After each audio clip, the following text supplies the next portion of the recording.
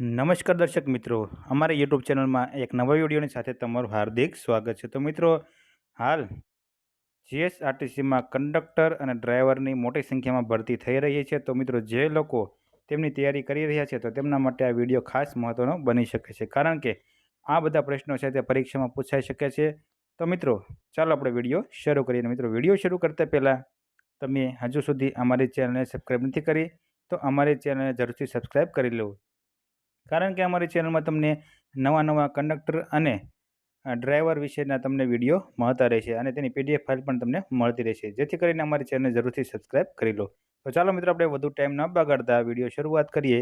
તો મિત્રો, પહેલો પ્રશ્ન જોઈએ કે મોટર વ્હીકલ એક્ટ 1988 મુજબ કયા પ્રકરણમાં કંડક્ટરના લાયસન્સ અંગેની જોગવાઈ છે?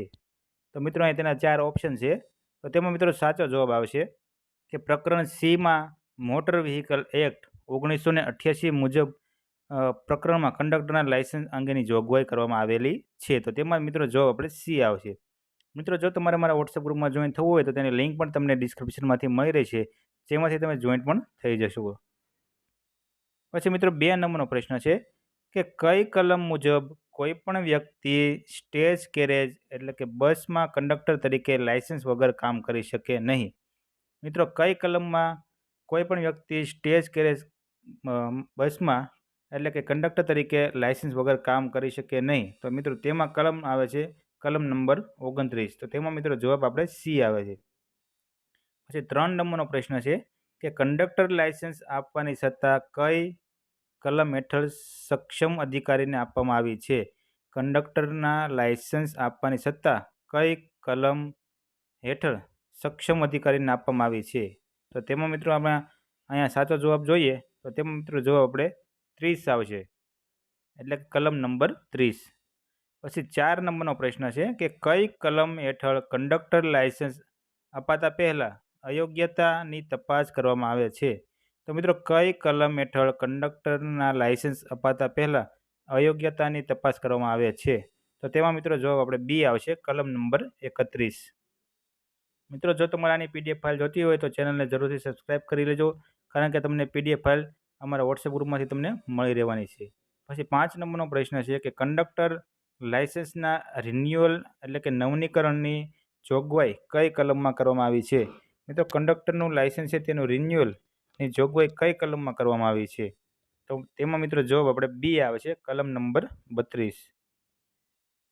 પછી 6 નંબરનો પ્રશ્ન છે કે જો કોઈ કંડક્ટર શારીરિક રીતે અસ્વસ્થ હોય તો તેનું લાયસન્સ રદ કરવાની અદાલતની સત્તા કઈ કલમ હેઠળ છે? મિત્રો, જો કોઈ કંડક્ટર શારીરિક રીતે અસ્વસ્થ હોય તો તેનું લાયસન્સ રદ કરવાની અદાલતની સત્તા કઈ કલમ હેઠળ છે? તો તેમાં મિત્રો જવાબ આપણે જોઈએ તો તેમાં જવાબ મિત્રો આપણે એ આવે છે, કલમ નંબર 33.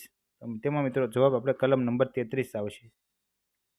પછી 7 નંબરનો પ્રશ્ન છે કે લાયસન્સ ઓથોરિટી કઈ કલમ હેઠળ કંડક્ટરને ગેરલાયક ઠેરવી શકે છે? તો તેમાં મિત્રો જવાબ આવે છે આપણે કલમ નંબર 34. પછી 8 નંબરનો પ્રશ્ન છે કે અદાલત દ્વારા કંડક્ટરને ગેરલાયક ઠેરવવાની સત્તા મોટર વ્હીકલ એક્ટની કઈ કલમમાં છે? તો અદાલત દ્વારા કંડક્ટરને ગેરલાયક ઠેરવવાની સત્તા મોટર વ્હીકલ એક્ટની કઈ કલમમાં છે? તો તેમાં મિત્રો જવાબ આવે છે કલમ નંબર 35.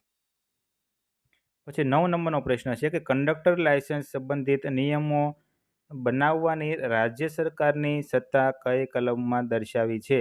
મિત્રો, કંડક્ટર લાયસન્સ સંબંધિત નિયમો બનાવવાની રાજ્ય સરકારની સત્તા કઈ કલમમાં દર્શાવવામાં આવી છે?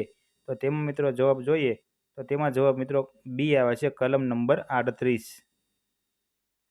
પછી 10 નંબરનો પ્રશ્ન જોઈએ કે કામચલાઉ કંડક્ટર તરીકે લાયસન્સ વિના અમુક ચોક્કસ સંજોગોમાં કામ કરવાની છૂટ કઈ કલમમાં આપેલ છે? મિત્રો, એટલે કે કામચલાઉ કંડક્ટર તરીકે લાયસન્સ વિના અમુક ચોક્કસ સંજોગોમાં કામ કરવાની છૂટ કઈ કલમમાં આપવામાં આવી છે? તો તેમાં મિત્રો જવાબ આવે છે બી, કલમ નંબર 29(3). પછી મિત્રો વિભાગ 2માં જોઈએ તો ડ્રાઇવિંગ લાયસન્સ અને વાહન નોંધણીની મહત્વની કલમો.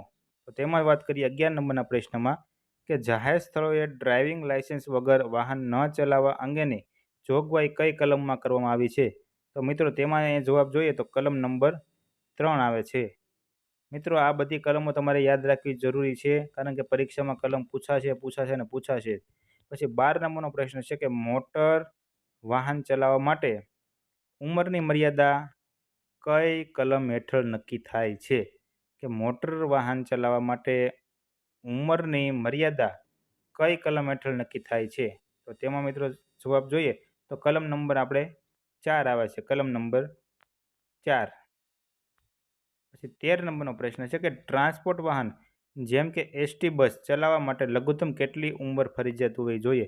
મિત્રો ટ્રાન્સપોર્ટ વાહન અને એસટી બસ ચલાવવા માટે લઘુત્તમ કેટલી ઉંમર ફરજિયાત હોવી જોઈએ? તો તેમાં મિત્રો જવાબ આપણે 20 આવે છે, કે 20 વર્ષની ઉંમર છે તે ફરજિયાત હોવી જરૂરી છે। પછી 14 નંબરનો પ્રશ્ન છે કે વાહનોની નોંધણી રજીસ્ટ્રેશન કરાવવા અંગેની ફરજિયાત જોગવાઈ કઈ કલમમાં છે? મિત્રો વાહનની નોંધણી કરાવી તે અંગેની ફરજિયાત જોગવાઈ કઈ કલમમાં છે? તો તેમાં મિત્રો જવાબ આવે છે કલમ નંબર 39। પછી 15 નંબરનો પ્રશ્ન છે કે પરિવહન વાહનો માટે ફિટનેસ સર્ટિફિકેટની જોગવાઈ કઈ કલમમાં છે? પરિવહન વાહનો માટે ફિટનેસ સર્ટિફિકેટની જોગવાઈ કઈ કલમમાં છે? તો તેમાં મિત્રો જવાબ આવે છે આપણે કલમ નંબર 56। પછી મિત્રો વિભાગ નંબર 3 જોઈએ કે પરમિટ અને ટ્રાફિક નિયમન સંબંધિત કલમો। તેમાં 16 નંબરનો પ્રશ્ન જોઈએ કે પરિવહન વાહનો માટે પરમિટ હોવી ફરજિયાત છે, આ જોગવાઈ કઈ કલમમાં છે? તો તેમાં મિત્રો જવાબ જોઈએ તો તેમાં કલમ નંબર 66 આવે છે। પછી 17 નંબરનો પ્રશ્ન છે કે એસટી બસ જે સ્ટેજ કેરેજ તરીકે ચાલે છે તેના માટે પરમિટ આપવાની જોગવાઈ કઈ કલમમાં છે?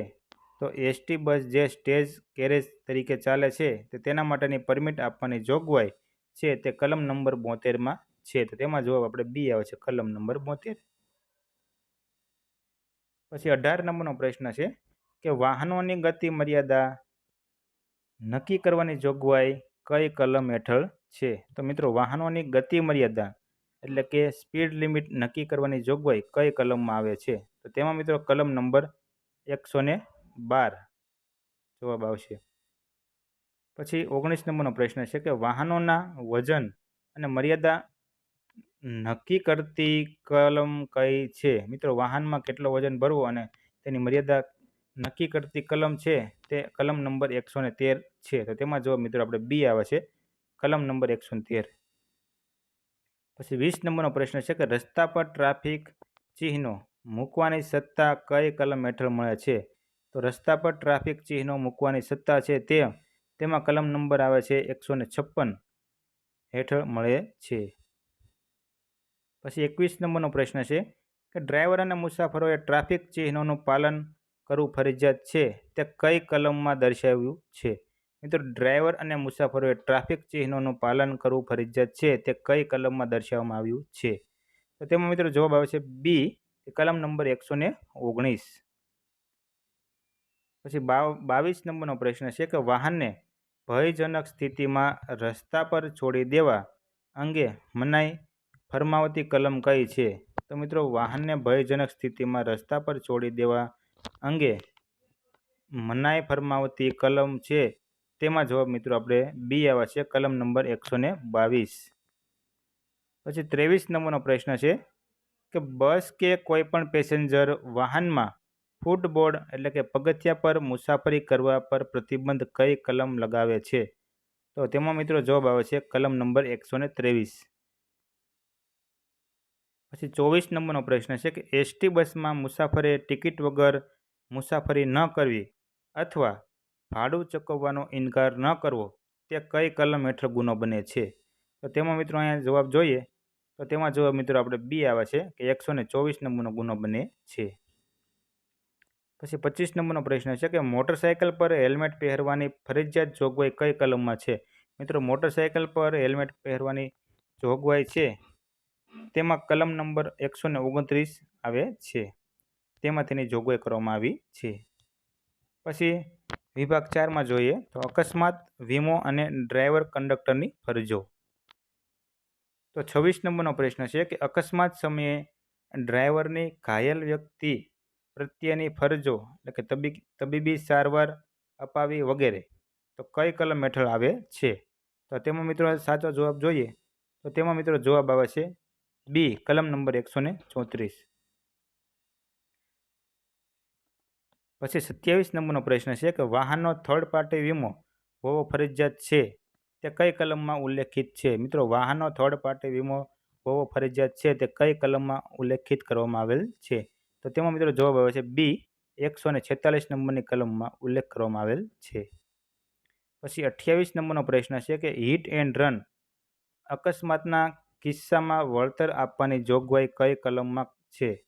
તો મિત્રો, હિટ એન્ડ રન અકસ્માતના કિસ્સામાં વળતર આપવાની જોગવાઈ છે તેમાં જવાબ મિત્રો આપણે એ આવે છે કલમ નંબર 161. પછી 29 નંબરનો પ્રશ્ન છે કે અકસ્માત વળતરના દાવા માટે ક્લેમ્સ ટ્રિબ્યુનલની સ્થાપના કઈ કલમ હેઠળ થાય છે? તો તેમાં મિત્રો જવાબ આવે છે આપણે કલમ નંબર 165. મિત્રો, આમાં બહુ આપણે લાંબુ ચર્ચા નથી કરતા કારણ કે ખાલી MCQ આપણે આજે લીધેલા છે એટલા માટે. પછી 30 નંબરનો પ્રશ્ન છે કે મોટર વ્હીકલ એક્ટ અમલી બનાવવા માટે ચેકિંગ અધિકારી એટલે કે RTO ઇન્સ્પેક્ટરની નિમણૂક કઈ કલમ હેઠળ થાય છે? તો તેમાં મિત્રો જવાબ આવે છે કલમ નંબર 213. પછી વિભાગ નંબર 5માં જોઈએ તો ગુના, દંડ, નવીનતમ સજાની જોગવાઈઓ. તો 31 નંબરનો પ્રશ્ન છે કે મોટર વ્હીકલ એક્ટમાં સામાન્ય ગુના માટે દંડની જોગવાઈ જેના માટે કોઈ અલગ કલમ ન હોય તે કઈ કલમમાં આવે છે? મિત્રો, મોટર વ્હીકલમાં એક્ટમાં સામાન્ય ગુનો માટે કઈ કલમની જોગવાઈ કરવામાં આવી છે? તો તેમાં મિત્રો કલમ નંબર 177 આવે છે.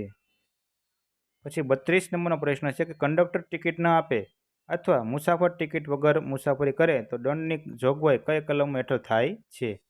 તો મિત્રો તેમાં જવાબ જોઈએ તો કલમ નંબર 178 આવે છે. પછી 33 નંબરનો પ્રશ્ન છે સત્તાધિકારીના આદેશનો અનાદર કરવા બદલ દંડની જોગવાઈ કઈ કલમમાં છે? તો તેમાં મિત્રો જવાબ આવે છે કલમ નંબર 179. પછી 34 નંબરનો પ્રશ્ન છે કે ડ્રાઇવિંગ લાયસન્સ વગર વાહન ચલાવવા બદલ કઈ કલમ હેઠળ દંડ થાય છે? મિત્રો, ડ્રાઇવિંગ લાયસન્સ ન હોય ને તમે વાહન ચલાવો તો તેની કઈ કલમ હેઠળ દંડ થાય છે? તો તેમાં મિત્રો જવાબ આવે છે 181 કલમ નંબર. પછી 35 નંબરનો પ્રશ્ન છે કે અયોગ્ય ઠરેલી વ્યક્તિ કંડક્ટર તરીકે કામ ચાલુ રાખે તો તેને કઈ કલમ હેઠળ દંડ થઈ શકે છે? તો તેમાં મિત્રો આપણે જવાબ આવે છે બી, કલમ નંબર 182. પછી 36 નંબરનો પ્રશ્ન છે કે નિયત ગતિ મર્યાદા કરતાં વધુ ઝડપે વાહન ચલાવવા બદલ શિક્ષા કઈ કલમ હેઠળ થાય છે? મિત્રો, નિયત ગતિ મર્યાદા કરતાં વધુ ઝડપે વાહન ચલાવવા બદલ શિક્ષા છે તે કઈ કલમ હેઠળ થાય છે? તો તેમાં મિત્રો જવાબ આવશે કલમ નંબર 183. જવાબ બી આવે છે. પછી 37 નંબરનો પ્રશ્ન છે કે ભયજનક રીતે વાહન ચલાવવા બદલ કઈ કલમ હેઠળ ગુનો નોંધાય છે? મિત્રો, ભયજનક રીતે વાહન ચલાવવા તે કઈ કલમ હેઠળ ગુનો બને છે? તો તેમાં મિત્રો કલમ નંબર 184 જવાબ આવે છે. પછી 38 નંબરનો પ્રશ્ન છે કે દારૂ કે નશીલા પદાર્થો પીને વાહન ચલાવવા બદલ શિક્ષાની જોગવાઈ કઈ કલમમાં છે? મિત્રો, દારૂ પીને અથવા નશીલા પદાર્થો પીને વાહન ચલાવવા અંગેની જોગવાઈ કઈ કલમમાં કરવામાં આવી છે? તો તેમાં મિત્રો જવાબ આવે છે કલમ નંબર 185.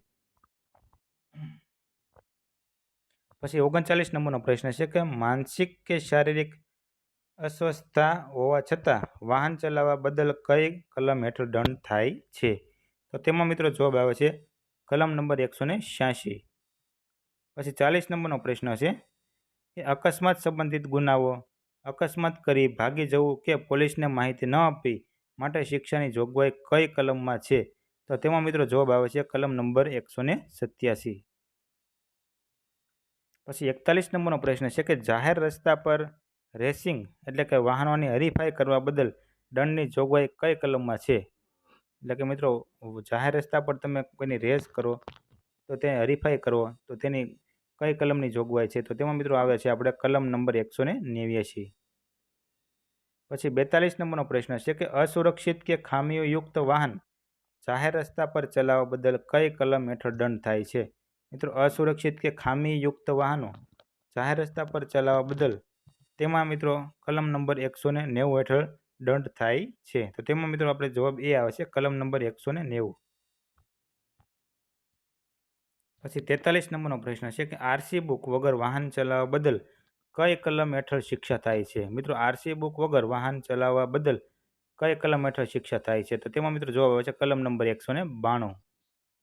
પછી 44 નંબરનો પ્રશ્ન છે કે પરમિટ વગર વાહન ચલાવવા બદલ મોટર વ્હીકલ એક્ટની કઈ કલમ હેઠળ ગુનો બને છે? મિત્રો તમારી પાસે પરમિટ ન હોય વાહનની તો તે ચલાવવા બદલ મોટર વ્હીકલ એક્ટની કઈ કલમ હેઠળ ગુનો બને છે? તો તેમાં જવાબ મિત્રો આવશે કલમ 192A. પછી 45 નંબરનો પ્રશ્ન છે કે વાહનમાં નિયત ક્ષમતા કરતાં વધુ માલ સામાન ભરવા બદલ દંડની જોગવાઈ કઈ કલમમાં છે? મિત્રો તમારે જે વાહનની કેપેસિટી હોય તેના કરતાં વધુ તમે વજન એટલે કે માલ સામાન ભરવો તેની કઈ કલમમાં જોગવાઈ કરવામાં આવી છે? તો તેમાં જવાબ મિત્રો આપણે બી આવે છે કલમ નંબર 194. પછી 46 નંબરનો પ્રશ્ન છે કે પેસેન્જર વાહન બસમાં ક્ષમતા કરતાં વધુ મુસાફરો બેસાડવા બદલ કઈ કલમ હેઠળ દંડ થાય છે? તો પેસેન્જર વાહનમાં બસની ક્ષમતા કરતાં વધારે મુસાફરો ભરવા તે બદલ કઈ કલમ હેઠળ દંડ થાય છે? તો તેમાં મિત્રો જવાબ આવે છે કલમ નંબર 194A. પછી 47 નંબરનો પ્રશ્ન છે કે સીટ બેલ્ટ ન બાંધવા બદલ કઈ કલમ હેઠળ દંડની જોગવાઈ છે? મિત્રો સીટ બેલ્ટ ન બાંધવા બદલ કઈ કલમ હેઠળની જોગવાઈ કરવામાં આવી છે? તો તેમાં મિત્રો જવાબ આવે છે કલમ નંબર 194B.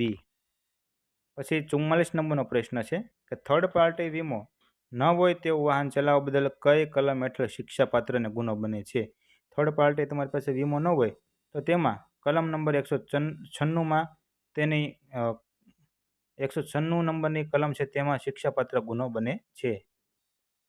પછી 49 નંબરનો પ્રશ્ન છે કે સત્તા વગર કે માલિકીની મંજૂરી વગર વાહનનો કબજો લેવા અથવા વાહન લઈને ભાગી જવું કઈ કલમ હેઠળ ગુનો બને છે? તો તેમાં મિત્રો જવાબ આવે છે 196 એટલે 197 નંબરની કલમ આવે છે. પછી 50 નંબરનો પ્રશ્ન છે કે પોલીસ અધિકારીને કઈ કલમ હેઠળ વોરંટ વગર નશાની હાલતમાં વાહન ચલાવનાર કે અકસ્માત કરનારની ધરપકડ કરવાની સત્તા છે? તો તેમાં મિત્રો આપણે જવાબ આવે છે કલમ નંબર 202. તો મિત્રો જો તમને અમારો વિડીયો પસંદ આવ્યો હોય તો અમારી ચેનલને સબસ્ક્રાઈબ કરો અને વિડીયોને લાઇક કરવાનું ભૂલતા નહીં. મિત્રો અમારી ચેનલમાં તમને નવા વિડીયોની અપડેટ મળતી રહેશે, જેથી કરીને અમારી ચેનલ જરૂરથી સબસ્ક્રાઈબ કરવી.